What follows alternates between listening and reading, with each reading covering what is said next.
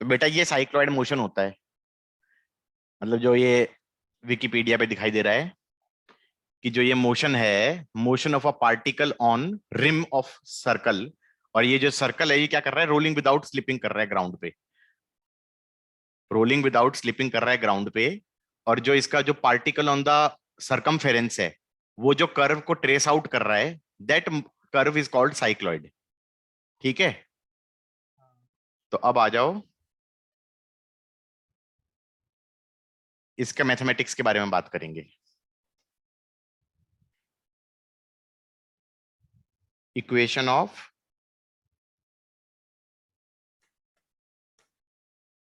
Cycloid, कि हमने कह दिया ये एक्स एक्सिस है, ये वाई एक्सिस है। एक्स एक्सिस हमारा ग्राउंड है, एक्स एक्सिस हमारा ग्राउंड है, जिसपे एक स्फीयर क्या कर रहा है, रोलिंग विदाउट स्लिपिंग। चलेगा, रोलिंग विदाउट स्लिपिंग कर रहा है। एक सर्कल तक तो बन नहीं रहा ढंग से। इसका कुछ VCM होगा, कुछ एंगुलर वेलोसिटी ओमेगा होगी, एंड क्योंकि रोलिंग विदाउट स्लिपिंग कर रहा है ग्राउंड पे, तो VCM equal to R omega होगा। ठीक है, टाइम T0 पे, टाइम T0 पे ये पार्टिकल यहां पे है। चलेगा, इस पार्टिकल के बारे में हम क्या कह सकते हैं, कुछ टाइम बाद ये VCM है, ये ओमेगा है, कुछ टाइम के बाद ये पार्टिकल मान लो यहां आ गया टाइम T पे। क्या मैं कह सकता हूं ये एंगल हो जाएगा थीटा, ये एंगल हो जाएगा theta, theta equal to omega T, theta equal to omega T. साथ में हम क्या कह सकते हैं, नो स्लिप कंडीशन क्या कहेगा, this length should be same as this length. तो एक्स एक्सिस में डिस्प्लेसमेंट एक्स, तो हम कह देंगे X equal to R theta. बोलो हाँ, ये हो गया रोलिंग विदाउट स्लिपिंग की कंडीशन, या फिर VCM equal to R omega. दोनों सेम है, दोनों सेम है। इस पॉइंट के कोऑर्डिनेट कितने हो जाएंगे, इसका एक्स कोऑर्डिनेट हो जाएगा हमारा एक्स माइनस आर थीटा, ये हो गया हमारा, सॉरी आर, ये हो गया हमारा R sine theta, R sine theta, ये हो गया R cos theta, R cos theta. तो हम ये कह सकते हैं इसका हमारा एक्स कोऑर्डिनेट हो जाएगा X minus are sine theta, and Y coordinate हो जाएगा R minus are cos theta. चलेगा, ये इसका एक्स कोऑर्डिनेट हो गया, ये इसका वाई कोऑर्डिनेट हो गया। सो क्या मैं कह सकता हूं इसका एक्स कोऑर्डिनेट क्या हो जाएगा, एक्स कोऑर्डिनेट हो जाएगा इस एक्स को क्या लिख सकते हैं, VCM टी। तो VCM T minus are sine theta, theta को लिख सकता हूं ओमेगा टी, थीटा को क्या लिख सकता हूं ओमेगा टी, VCM को लिख दिया आर ओमेगा, तो ये हो गया R omega T minus are sine omega T. ये X coordinate of that point हो गया। Y coordinate of that point कितना हो गया, R minus are cos omega T. चलेगा, अब ये बताओ जो ये पार्टिकल था इसका मोशन किस टाइप का था, ओरिजिन पे था, फिर ये ऐसे जाएगा, हाँ या ना, ये साइक्लॉइड है जो ट्रेस कर रहा है पाथ को, इस पाथ का नाम साइक्लॉइड होता है। उसकी पैरामीट्रिक इक्वेशन ये हो जाती है, एक्स कोऑर्डिनेट ऐसे वेरी करेगा, वाई कोऑर्डिनेट ऐसे वेरी करेगा। इस पाथ की अगर लेंथ निकालनी है, तो इन जनरल हम पाथ की लेंथ कैसे निकालते थे, कोई भी अगर कर्व है तो कर्व की लेंथ निकालते थे, ये बोल देते थे dx, ये बोल देते थे dy, और ये हो जाता था dl। और dl क्या हो जाएगा, under the root of dx square plus dy square integral. तो टोटल लेंथ निकल जानी चाहिए साइक्लॉइड की इससे। हाँ हाँ ये इन जनरल कभी भी किसी भी पाथ पे लगा सकते हैं। तो हम कह सकते हैं length of cycloid will be integral of under the root of dx। इसका डिफरेंशिएशन कर दो। इसका dx क्या हो जाएगा, are omega minus are omega cos omega T का whole square into D T का स्क्वायर। चलेगा?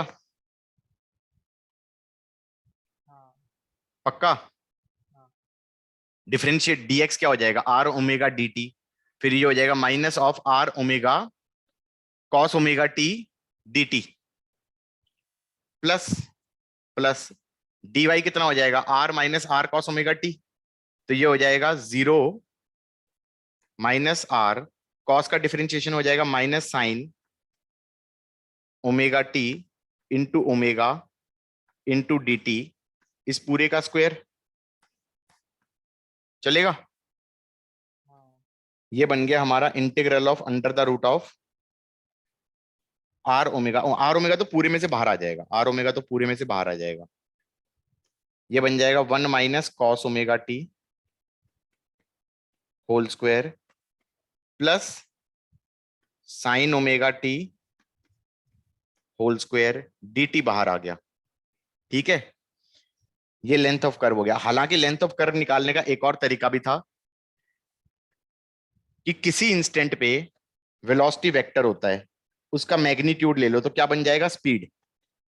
वेलोसिटी वेक्टर का मैग्नीट्यूड क्या बन जाएगा, स्पीड। और स्पीड को लिख दो dl बाई डी टी। तो लेंथ हो जाएगा हमारा speed at some instant, speed at some instant into D T का integral. Got it or not? हाँ सर। तो इससे भी सोच सकते हैं, टेक्निकली ये यही बना है, सही पूछा जाए तो। समझ रहे हो? इसको dt से मल्टीप्लाई डिवाइड कर दो यार, dt से मल्टीप्लाई डिवाइड कर दो। तो ये क्या बन जाएगा हमारा, पूरा ब्रैकेट में आके पूरे का स्क्वायर होगा। ये हो जाएगा x component square plus y component square का अंडर द रूट, ये स्पीड बन गया इंटू dt का integral. Got it or not? हाँ सही है। हाँ वैसे यहां पर स्पीड क्या होगी इसकी, क्या मैं कह सकता हूं जनरल रिजिड बॉडी मोशन के हिसाब से इधर की तरफ तो हो जाएगी vcm और टेंजेंट के अलोंग हो जाएगी आर ओमेगा। सही है। हाँ ये वर्टिकल से थीटा बना रहा था, तो दूसरा वाला क्या बनाएगा, हॉरिजॉन्टल से थीटा बनाएगा। तो x कंपोनेंट कितना हो जाएगा, वेलोसिटी का x कंपोनेंट हो जाएगा vcm minus are omega cos. Cos theta. vcm को लिख देना r omega minus are omega, और कॉस थीटा को लिख देना, थीटा को लिख देना ओमेगा टी। यही निकला था डिफरेंशिएट करके भी, r omega 1 minus cos omega T. हाँ हाँ ऐसे ही वेलोसिटी का y कंपोनेंट कितना हो जाएगा, are omega sine theta, sine theta, theta को लिख देना ओमेगा टी। ये वेलोसिटी का y कंपोनेंट हो गया, ये वेलोसिटी का x कंपोनेंट हो गया। ठीक है यहां तक? हाँ सर। हाँ ना में रिप्लाई करो, हो गया ना?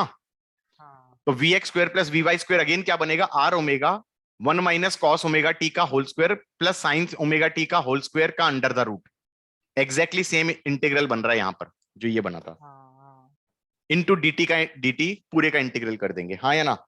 ये आर ओमेगा बाहर आ गया, अंदर बनेगा under the root of 2 1 minus cos omega t dt। हाँ इसको लिख देना 2 r omega 1 minus cos theta, 2 sine square theta by 2 होता है, तो 2 तो बाहर आ गया, और साइन ओमेगा टी बाई 2 हो गया इंटू डी टी हो गया। अब एक चक्कर काटना है, एक चक्कर काटना है, उसमें हमें ये बताना है कि ये पाथ का लेंथ कितना है, हाँ या ना? अब एक चक्कर काटने का मतलब क्या है, थीटा हो जाना चाहिए 2 पाई, 2 पाई शुड बी ओमेगा टी। तो टाइम हो जाना चाहिए 2 पाई बाय ओमेगा, 0 से लेकर 2 पाई बाय ओमेगा। चलेगा? हाँ सर। साइन का इंटीग्रल क्या होता है, माइनस माइनस कॉस। कॉस। तो कॉस ओमेगा बाय 2 t को लिख देना 2 pi by omega minus of minus cos 0 divided by coefficient भी करना पड़ेगा, that is divided by omega by 2 into 2r omega. बोलो हाँ, हाँ सर। ओमेगा से ओमेगा काट दो, ये आ गया हमारा 4r, यहां से हमारा ओमेगा कटा, यहां से हमारा 2 कटा, ये आ गया -(-1) -(-1), आंसर आ गया 8r। ठीक है, हाँ तो साइक्लॉइड की लेंथ कितनी होती है? 8 टाइम्स रेडियस। Got it? हाँ सर। तो यहां तक का समझ में आ गया। अब तुम कहोगे ये चीज तो ऑब्वियस सी चीज थी, आसान था, टफ नहीं था, कैलकुलेशन थोड़ा सा पहली बार कर रहे हो तो शायद डिफिकल्ट लगे। So this is your equation of cycloid. हाँ हाँ अब इसका यूज मैग्नेटिज्म में कहां आ जाता है, मतलब उसमें हाँ मैग्नेटिज्म ही कहो, magnetic effects of current, motion of charge वाले पे। क्वेश्चन है बेटा, राइट हैंड कोऑर्डिनेट सिस्टम का ध्यान रखना। ये एक्स एक्सिस है, ये वाई एक्सिस है, ये जेड एक्सिस है, यहां पर चार्ज है। इस टाइम t0 पे ये चार्ज q है, इसका मास m है। टाइम t0 पे इसकी हमारी वेलोसिटी भी 0 है। इस केस में हमारा इलेक्ट्रिक फील्ड y एक्सिस में है, इलेक्ट्रिक फील्ड y एक्सिस में है, और मैग्नेटिक फील्ड, हाँ मैग्नेटिक फील्ड z एक्सिस में है। हमें प्रूव करना है जिस चार्ज पार्टिकल को छोड़ दें तो जो इसका मोशन होगा वो साइक्लॉइड होगा, इसका मोशन होगा वो इस प्रकार का साइक्लॉइड है, ये प्रूव करना है हमें। ठीक है, इसका मोशन इस प्रकार का कुछ होगा, सर्कल नहीं है ये, साइक्लॉइड है। ठीक है कि नहीं है? हाँ सर। चलो पहले तो क्रिटिकल पॉइंट पे देख लेते हैं, इनिशियली क्या हालत है। इनिशियली वेलोसिटी 0 है, मैग्नेटिक फील्ड कोई फोर्स लगाएगा? नहीं। नहीं लगाएगा, क्योंकि वो तो वेलोसिटी पे डिपेंडेंट फोर्स लगाता था, क्यू वी हाँ क्रॉस बी। इस केस में सिर्फ और सिर्फ वाई एक्सिस में फोर्स लगेगी इस पे, कितनी? Q E. क्यूई। हाँ इसकी एक्सेलरेशन भी पूरी की पूरी वाई एक्सिस में होगी, एक्स एक्सिस में 0 होगी। तो एक्सेलरेशन इन वाई एक्सिस इस इंस्टेंट पे हो जाएगा q e by m. Acceleration in x axis initially कितना हो जाएगा? 0। Is that fine? हाँ सर। अब थोड़ी देर बाद देख लेते हैं, थोड़ी देर बाद ये यहां पहुंच गया। ठीक है, इस इंस्टेंट पे मैं वेलोसिटी मान सकता हूं एक्स एक्सिस में भी है और वाई एक्सिस में भी है। सर आपने अच्छा, मतलब तुम माना कहोगे कैसे? तुमने जेड एक्सिस में क्यों नहीं? नहीं, साइक्लॉइड नहीं माना है मैंने, साइक्लॉइड नहीं माना है। मैंने कहा है कि इन जनरल किसी पॉइंट पे आने के बाद वेलोसिटी एक्स वाई प्लेन में होगी। अब ठीक है, हाँ तुम्हें ये डाउट हो रहा होगा कि मैंने तो साइक्लॉइड बना दिया अब उसको ट्रेस करा रहा हूं। ना ना ना मैं ऐसा कुछ बकवास नहीं कर रहा। मैं कह रहा हूं किसी इंस्टेंट पे इसकी वेलोसिटी एक्स वाई प्लेन में होगी। अब तुम ये जरूर कह सकते हो एक्स वाई प्लेन में ही क्यों मानी, आपने जेड एक्सिस में क्यों नहीं मानी वेलोसिटी? ये बोल सकते हो हाँ या ना। हाँ मैं इसलिए कह रहा हूं कि एक्स वाई प्लेन में होगी क्योंकि किसी भी इंस्टेंट पे देखा जाए इनिशियली एक्सेलरेशन वाई एक्सिस में है, वाई एक्सिस में कुछ वेलोसिटी आने लगेगी, वाई एक्सिस में कुछ वेलोसिटी आएगी वी वाई। अब फोर्स दो दो लगेंगी, एक तो इधर लगेगा ए वाई, और अब मैं कह सकता हूं वी क्रॉस बी करूंगा तो एक फोर्स इधर की तरफ लगेगा। सही है कि नहीं है? हाँ ये कोई किसके कारण लगेगा? क्यू वी क्रॉस बी करेंगे तो क्यू हाँ वी क्रॉस बी करेंगे तो वी वाई क्रॉस बी, तो ये एक्स वाई प्लेन में ही तो फोर्स लग रही है, इसके कारण इधर भी एक्सेलरेशन आ जाएगा। अब थोड़ी देर बाद हम ये कह सकते हैं क्योंकि इधर भी एक्सेलरेशन आ गया एक्स एक्सिस में, तो वेलोसिटी का एक्स कंपोनेंट भी आना चालू हो जाएगा। तो थोड़ी देर बाद मैं इन जनरल कह सकता हूं कि इसकी वेलोसिटी कुछ ऐसे हो गई, उसका कुछ एक्स कंपोनेंट है कुछ वाई कंपोनेंट है। हाँ या ना? हाँ सर। इस इंस्टेंट पे दो दो फोर्स लग रही होंगी, एक फोर्स लगेगी इधर की तरफ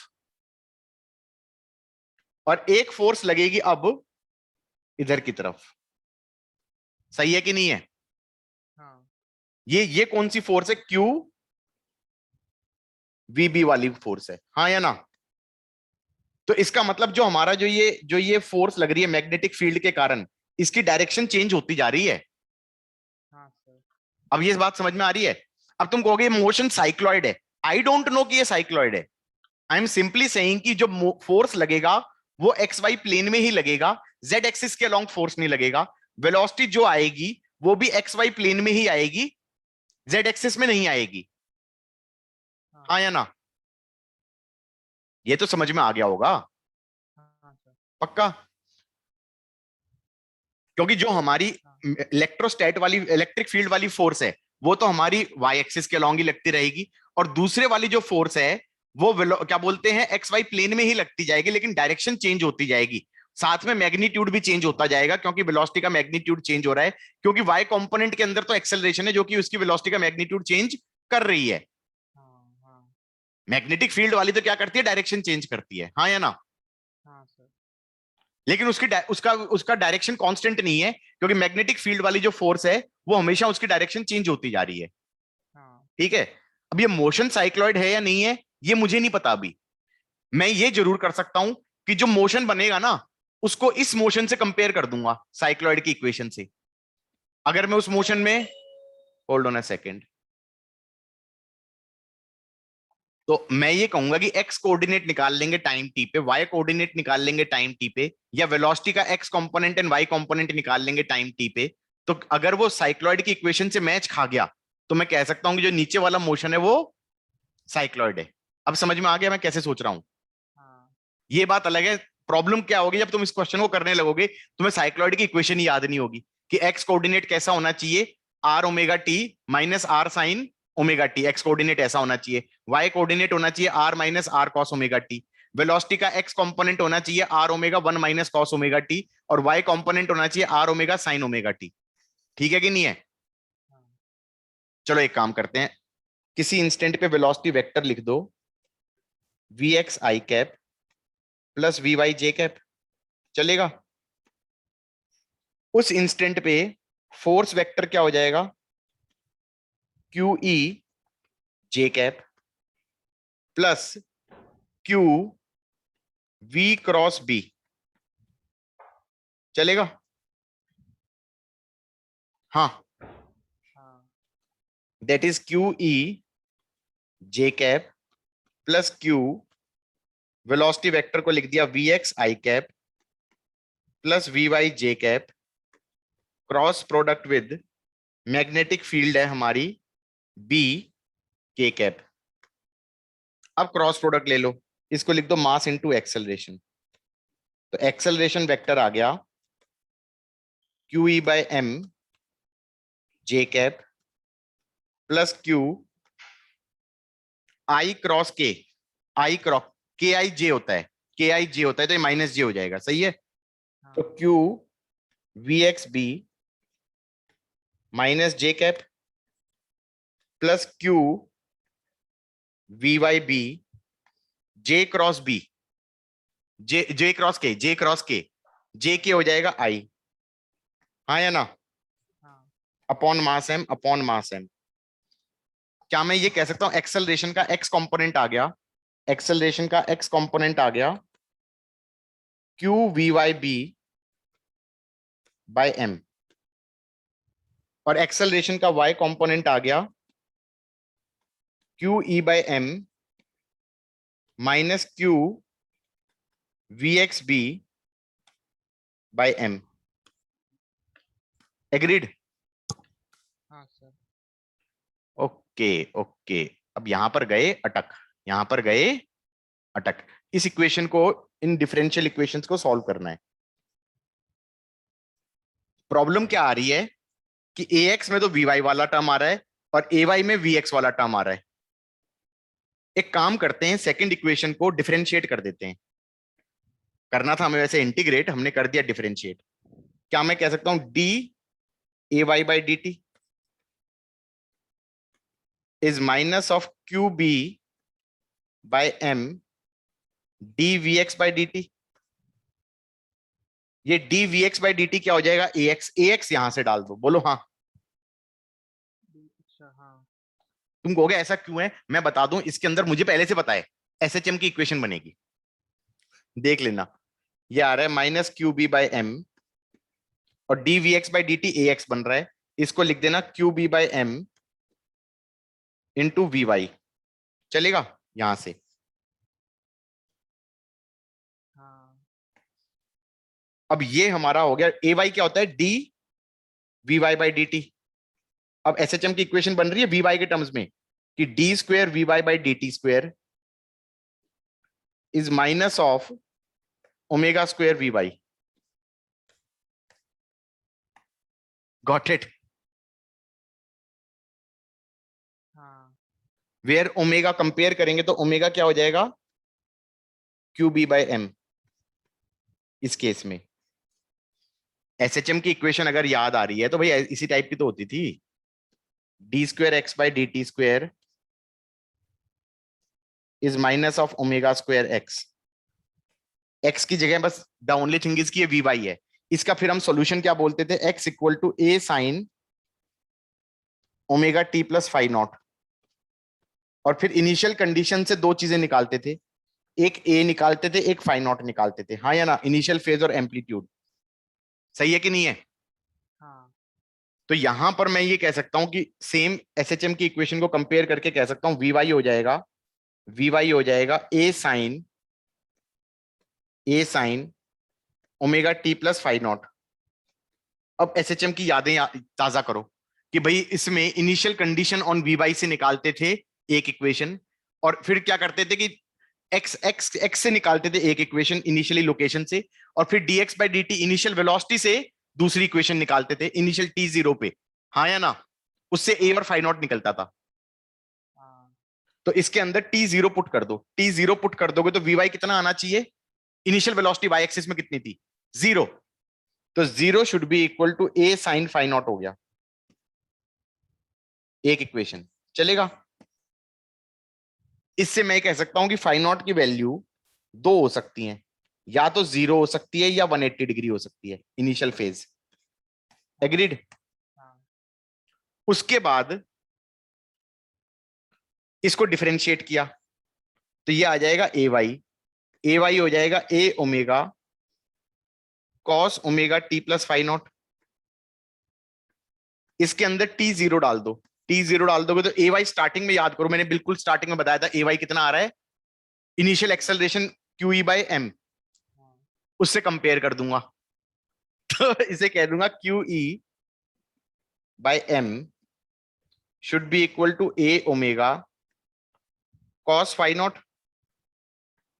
अब ये भी कह सकते हैं इनिशियली वाई एक्सिस में ऊपर की तरफ है एक्सेलरेशन, तो ये पॉजिटिव है, ये पॉजिटिव है, तो cos फाइव नॉट हमारा क्या होना चाहिए, पॉजिटिव होना चाहिए। अब cos 180 तो -1 होता है, cos 0 1 होता है, तो इसका मतलब इनिशियल फेज 0 होगी, 180 नहीं होगी, चलेगा?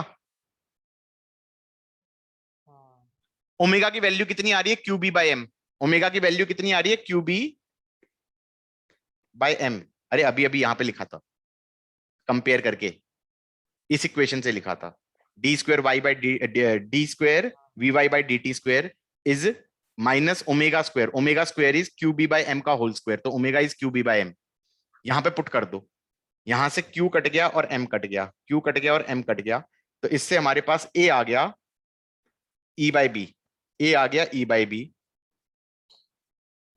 और इनिशियल फेज आ गई हमारी जीरो। तो इससे इक्वेशन बन गया v y is E by B sine omega T. हाँ ये वेलोसिटी का y कंपोनेंट है। फिर वेलोसिटी का x कंपोनेंट कितना हो जाएगा, सॉरी बस इतना लिखो, वेलोसिटी का y कंपोनेंट। अब तुम कहोगे इससे क्या कर सकते हैं, vy आ गया। अब ax में देखो vy आता है, दिख रहा है इस इक्वेशन में, पुट कर देंगे। यहां पे पुट कर देंगे तो ax आ जाएगा, उससे vx आ जाएगा। अब समझ में आ रहा है?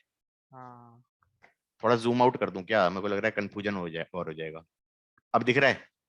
हाँ तो इससे मैं ये कह सकता हूं ax आ गया, ax आ गया Q B by M V Y, Q B by M V Y को लिख दिया ई बाई बी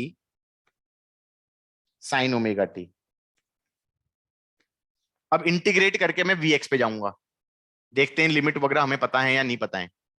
इसको लिख दिया d we x by D t, d we x by D T, ये आ गया डी वी एक्स, बी से बी कट गया, ये बन गया q e by m sine omega T into D t. X component में इनिशियल वेलोसिटी थी 0 क्योंकि रेस्ट से चालू किया था, टाइम टी 0 पे वेलोसिटी हो गई v x at time t, हाँ या ना। ये आ गया v x equal to q e by m, omega से डिवाइड करेंगे, साइन का इंटीग्रल माइनस कॉस होता है तो ये बन जाएगा माइनस कॉस ओमेगा टी, और फिर माइनस ऑफ माइनस कॉस 0, तो ये बन जाएगा 1 minus cos omega t. Omega कितना था, q B by m, m से एम कट गया, क्यू से क्यू कट गया, क्यू बी बाय एम ही था ना, हाँ ये बन गया e by b, e by b 1 minus cos omega T. ये हो गया वेलोसिटी का एक्स कंपोनेंट, हाँ या ना, चलेगा। हाँ भाई वेलोसिटी का वाई कंपोनेंट हो गया हमारा, थोड़ा सा वेलोसिटी का वाई कंपोनेंट आ गया E by B sine omega T, velocity का एक्स कंपोनेंट आ गया ई बाई बी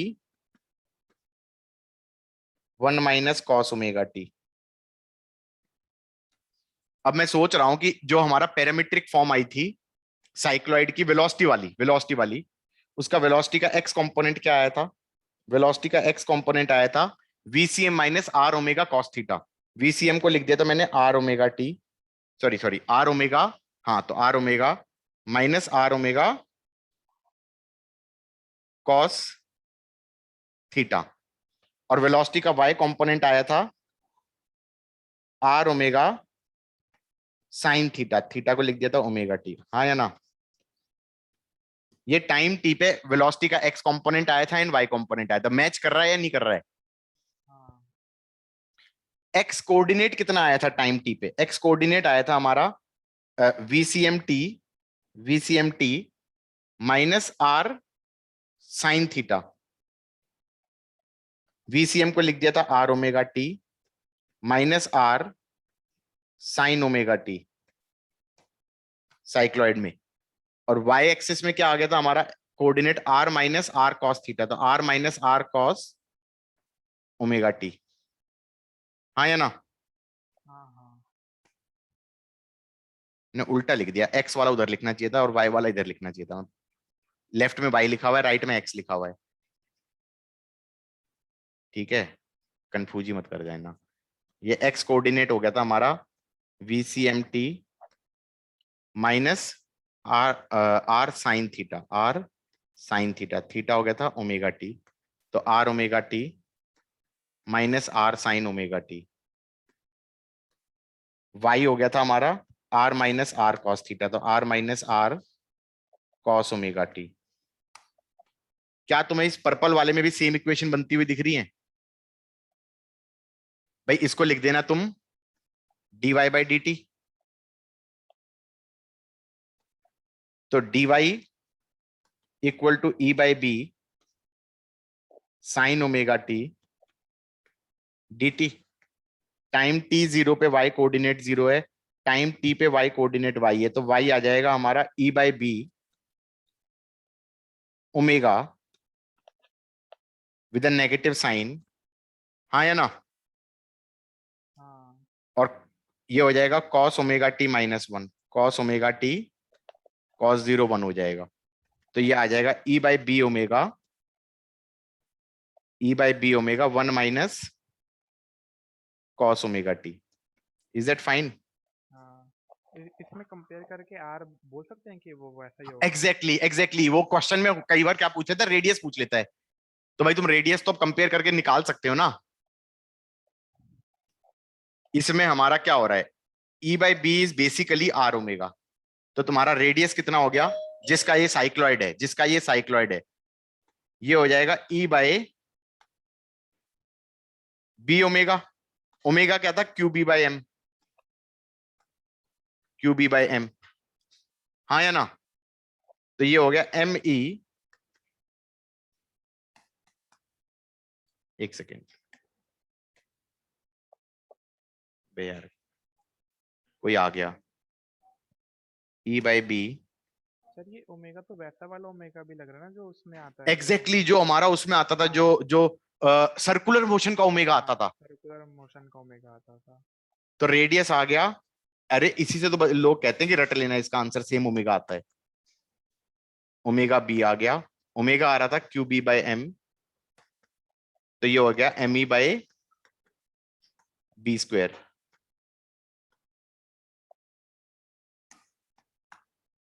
ठीक है, हाँ ओमेगा यही आता था ना, क्यू बी बाय एम।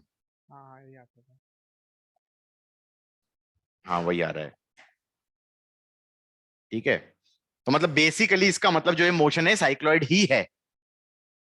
हालांकि तुम इसको देख के स्टार्टिंग की बात कह के ये नहीं कह सकते कि वो साइक्लॉइड बनने वाला है।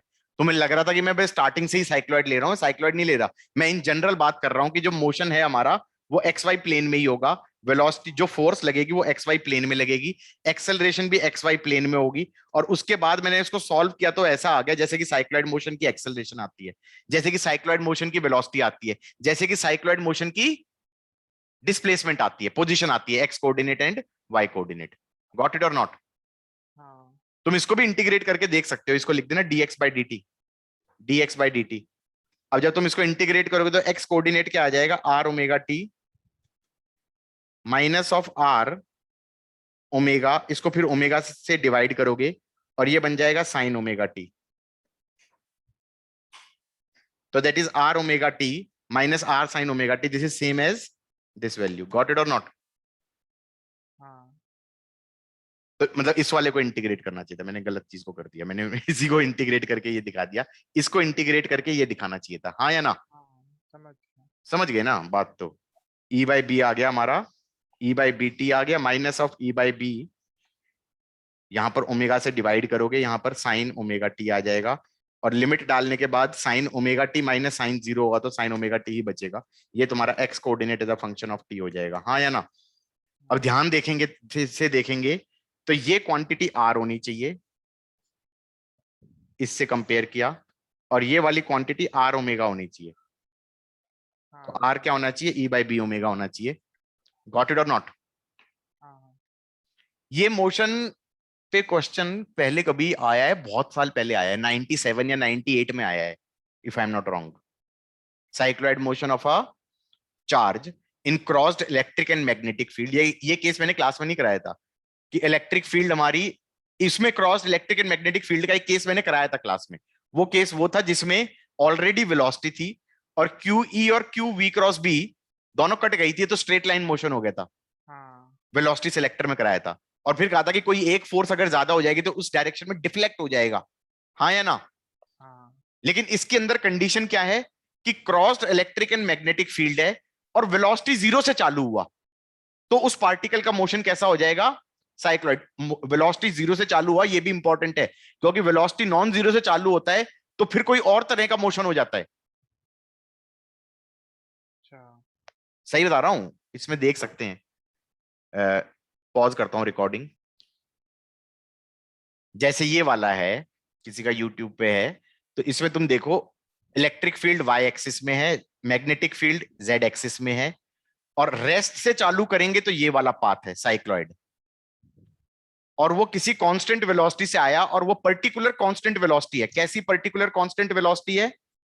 जिसके अंदर इधर की तरफ वेलोसिटी है, v क्रॉस b किया तो इधर की तरफ फोर्स लगा क्यू वी बी, और इधर की तरफ फोर्स लगा क्यू ई, और ये कट गया तो ये स्ट्रेट लाइन मोशन हो जाएगा। और जो हाँ तीसरा वाला क्या हो गया, उसके अंदर हमारा ऊपर की तरफ लगा हमारा क्यू ई, और नीचे की तरफ लगा क्यू वी बी, और ये कैंसिल नहीं हुआ, और वेलोसिटी इधर की तरफ थी।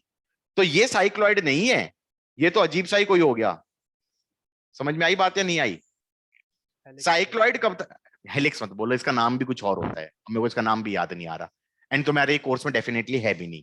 तो लेकिन ध्यान रखना साइक्लॉइड तब था जब it starts from rest, it starts from rest. ये समझ में आ रहा है? हाँ ठीक है, तो तुम्हारे को बहुत एक पर्टिकुलर टाइप का करना था, ये वाला मैंने कराया था पर्टिकुलर क्वेश्चन क्लास के अंदर, और ये वाला रेस्ट से चालू होगा तो साइक्लॉइड होगा, और अगर इनिशियल वेलोसिटी से आएगा तो साइक्लॉइड नहीं होगा। अच्छा अच्छा, तो सर मतलब जो रिम पे पॉइंट है मतलब वो सिर्फ नीचे वाले पॉइंट की बात करते हैं हम, बाकी पॉइंट तक मतलब साइकिल में होगा ना वो। हाँ मतलब उस वाले नहीं, तो नीचे जो बाकी सारे पॉइंट है वो भी साइक्लॉइड होंगे, वो डिफरेंट डिफरेंट पॉइंट से चालू होंगे। मतलब अगर सबसे ऊपर वाले पॉइंट का रोलिंग विदाउट स्लिपिंग देखें, जो जो तुम बोल रहे हो, तुम ये बोल रहे हो कि भाई ये सर्कल है, ये वेलोसिटी है, ये ओमेगा है ये भी साइक्लॉइड, लेकिन ये ऐसा होगा। तो सर इसके अंदर भी तो वेलोसिटी है। नहीं तो मैं ये कह रहा हूं कि इसकी जो इक्वेशन आएगी वो साइक्लॉइड की नहीं आएगी, equation will not be cycloid. समझ में आ रहा है?